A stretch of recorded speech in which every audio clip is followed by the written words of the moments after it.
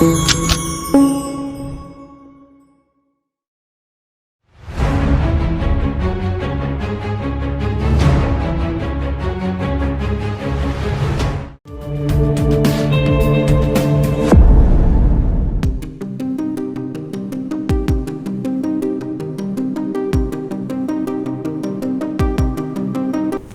మాత్రం. నేను ప్రొయాక్టివ్ అనన్య. ఈరోజు మనం యువత మెచ్చిన పాట శీర్షికలోని సన్ ఆఫ్ సత్యమూర్తి సినిమాలోని చల్ చలో చలో పాట గురించి మాట్లాడుకుందాం. ఈ పాట చాలా థాట్ ప్రొవోకింగ్గా ఉంటుంది కదా. ఈ పాటలోని ప్రతి లైన్ మన జీవితంలోని ఎన్నో విషయాలని నేర్పిస్తుంది. సాధారణంగా ప్రతి వారు వాళ్ళ జీవితంలో సవాళ్ళని ఎదుర్కొంటారు కదా. అయితే ఈ సవాళ్ళని మనం ఎంత ధైర్యంగా, ఎంత బాధ్యతతో ఎదుర్కోవాలో ఈ పాట చాలా స్పష్టంగా చెప్తుంది. సినిమా మొదట్లో హీరో ఒక ధనిక కుటుంబంలో పుట్టి సుఖవంతమైన జీవితం గడుపుతూ ఉంటాడు. కానీ హఠాత్తుగా ఒక ప్రమాదంలో వాళ్ళ తండ్రి మరణించడంతో భారీ అప్పుల నిజం బయటపడుతుంది. అవి నీ తండ్రివి, నీకు సంబంధం లేదు అని చెప్పు అని సలహా వచ్చినా తండ్రి గౌరవం కోసం హీరో తన ఆస్తినంతా త్యాగం చేస్తాడు. ఆ క్షణం నుండి ఈ పాట మొదలవుతుంది.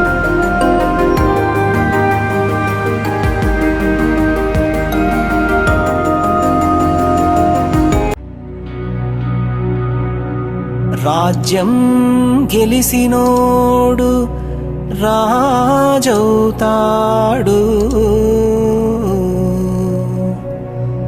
రాజ్యం ఇడిసినోడే రామచంద్రుడు. యుద్ధం గెలిసేటోడు ఈరుడు శూరుడు, యుద్ధం గిడిసేటోడే దేవుడు.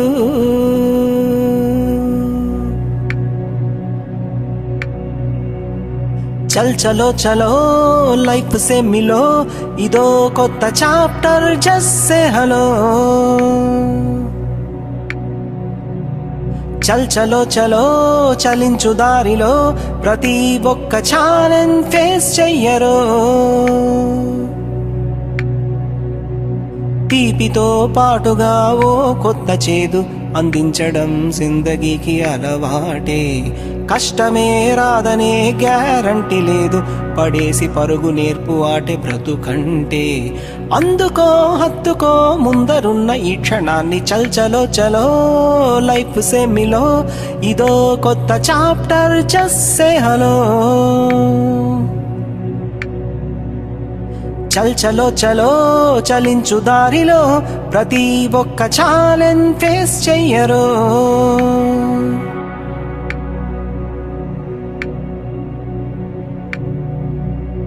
కన్నీళ్ళెందుకు ఉప్పగుంటాయ్, తీయగుంటే కడదాకా వదలవు గనక.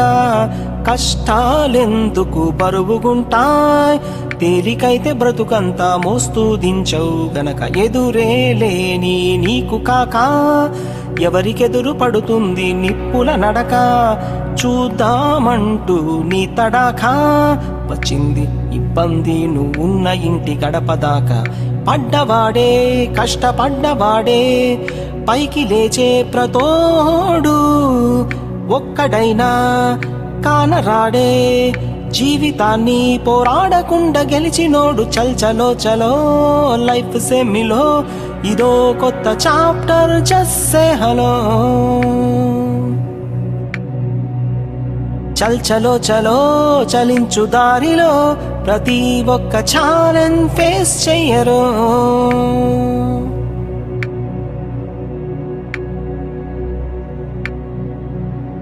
మడతే నలగని షర్ట్ లాగా అల్మరాలో పడి ఉంటే అర్థం లేదు, గీతే తగలని కాగితంలా ఒట్టి చెదలు పట్టిపోతే ఫలితం లేనే లేదు. పుడుతూనే కుక్క పెట్టినాక కష్టమన్న మాటే మీ కొత్తేం కాదు, కొమ్మల్లో పడి చిక్కుకోక ఆకాశం ఎత్తుల్లో ఏ గాలిపటం ఎగరలేదు.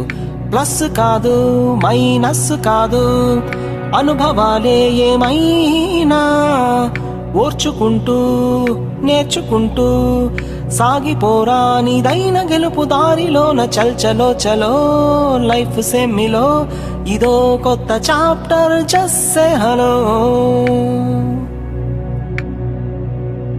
చల్ చలో చలో చలించు దారిలో ప్రతి ఒక్క ఛాలెంజ్ ఫేస్ చెయ్యరు.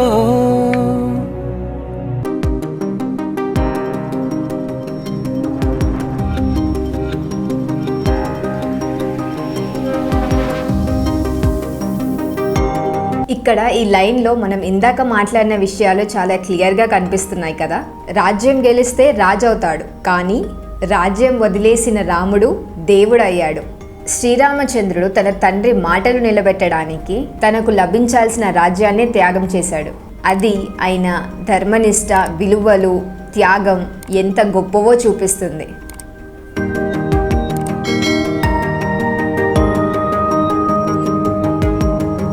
చూసారా, యుద్ధం గెలిస్తే వీరుడు, కానీ యుద్ధాన్ని నివారిస్తే దేవుడు. ఈ వాక్యం మనకి చెప్పేది ఏంటంటే, పోరాడటం సులభం కాదు, కానీ శాంతిని ఎంచుకోవడం మరింత గొప్ప జ్ఞానం. కోపంలో తీసుకున్న నిర్ణయం తాత్కాలిక విజయాన్ని ఇవ్వచ్చు, కానీ దాని ఫలితం దీర్ఘకాలంలో వినాశనంగా మారుతుంది. ఒక యుద్ధం ప్రారంభమైతే అది ఒక వ్యక్తికో ఒక పక్షానికో పరిమితం కాదు, పూర్తి దేశానికే విపత్తుగా మారుతుంది. ఎందరివో ప్రాణాలు పోతాయి, భవిష్యత్తు నాశనం అవుతుంది. అందుకే ప్రతి పరిస్థితుల్లో కోపం కన్నా ఆలోచన, అహంకారం కన్నా వివేకం, యుద్ధం కన్నా శాంతిని ఎంచుకోవడం చాలా ముఖ్యం. అలా శాంతితో, దూరదృష్టితో నిర్ణయాలు తీసుకునేవాడే అసలైన నాయకుడు. అలాంటి జ్ఞానపూరిత నిర్ణయాల వల్ల ఒక సాధారణ మనిషి కూడా సమాజంలో దేవుడిలా గౌరవింపబడతాడు.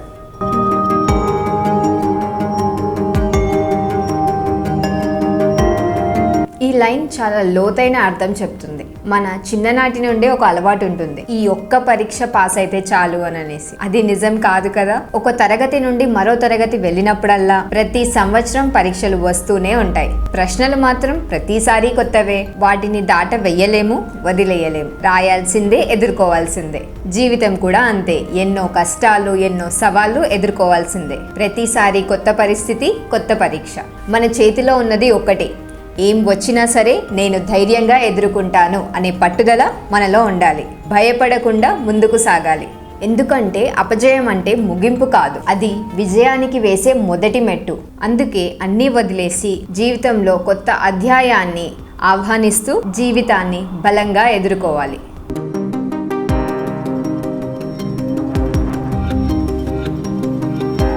జీవితంలో మధుర క్షణాలే కాదు, కఠిన అనుభవాలు కూడా తప్పనిసరి. అదే జీవిత స్వభావం. కష్టాలు లేకుండా జీవితం ఉండదు. జీవితం అంటే పడిపోవటం, మళ్ళీ లేచి నడిచే ప్రయాణం. ఇదంతా మనకు తెలుసు, కానీ నిజంగా మన మీద ఇది జరిగినప్పుడు అంగీకరించడం చాలా కష్టం.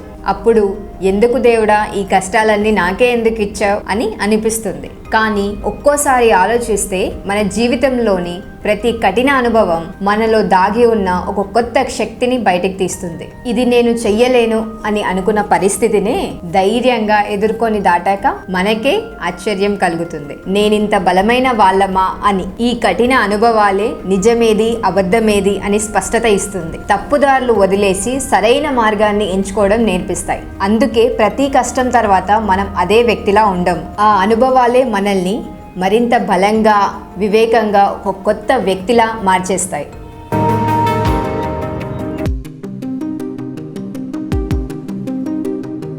గతం గడిచిపోయింది, మార్చలేం. భవిష్యత్తు ఎలా ఉంటుందో మనకి తెలీదు, కానీ ఇప్పుడున్న ఈ క్షణం మాత్రం నిజం.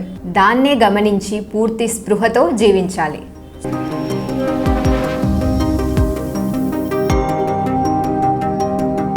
కన్నీళ్లు ఉప్పుగా ఉంటే, తీపిగా ఉంటే మనం వాటిని వదలలేం. కనుక జీవితంలో వచ్చే బాధలు మనని శిక్షించడానికి కాదు, మనలో ఉన్న బలాన్ని బయటకి తీయడానికి మాత్రమే వస్తాయి. ఎప్పుడైతే మనం బాధలో ఉంటామో అప్పుడే మనకి మనం ఎంత స్ట్రాంగో తెలుస్తుంది. కాబట్టి నొప్పి వచ్చినప్పుడు భయపడద్దు. అది మనని కూల్చడానికి కాదు, మనని బలంగా తయారు చేయడానికి.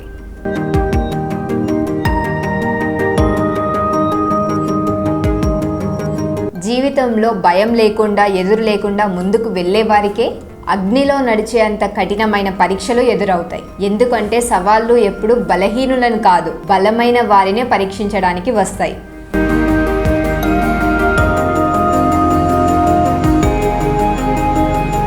ఇంత మంచి లైన్ కదా, చూద్దాం ఎదుర్కొంటాను అనే నీ ధైర్యాన్ని పరీక్షించడానికి కష్టం నీ ఇంటి గడప దాకా వస్తుంది. ఇలాంటి ఇబ్బందులు రావడం కొత్త కాదు, కానీ మన కాన్ఫిడెన్స్ మాత్రం ఒక్కటే, ఎప్పుడూ తగ్గొద్దు.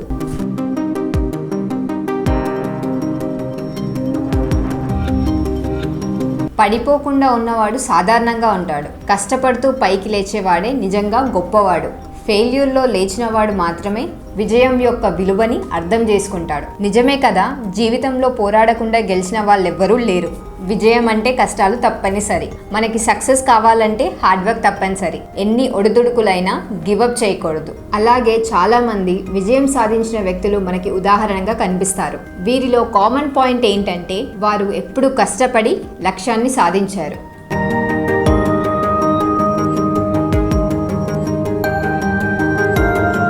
దీంట్లో ఒక మంచి ఉదాహరణ వాడాడు.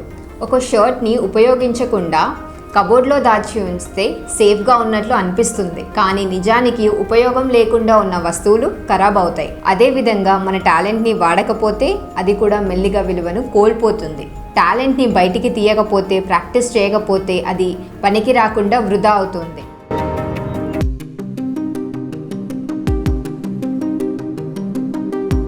మనం పుట్టినప్పుడు ఏడుస్తాం కదా, స్ట్రగుల్తోనే మన లైఫ్ స్టార్ట్ అవుతుంది. కాబట్టి కష్టం అనేది మన లైఫ్లో కొత్త విషయమేం కాదు, అది లైఫ్లో ఒక భాగం మాత్రమే.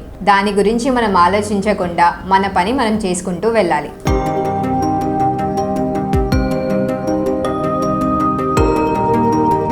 ఎంత మంచి ఉదాహరణ కదా. గాలిపటం ఆకాశంలో ఎగరాలంటే కొమ్మలు అడ్డంకులను దాటిపోవాలి. సరళమైన మార్గం ఎక్కడా ఉండదు. అడ్డంకులను ఎదుర్కొన్న వారే జీవితంలో నిజంగా ఎదగగలరు.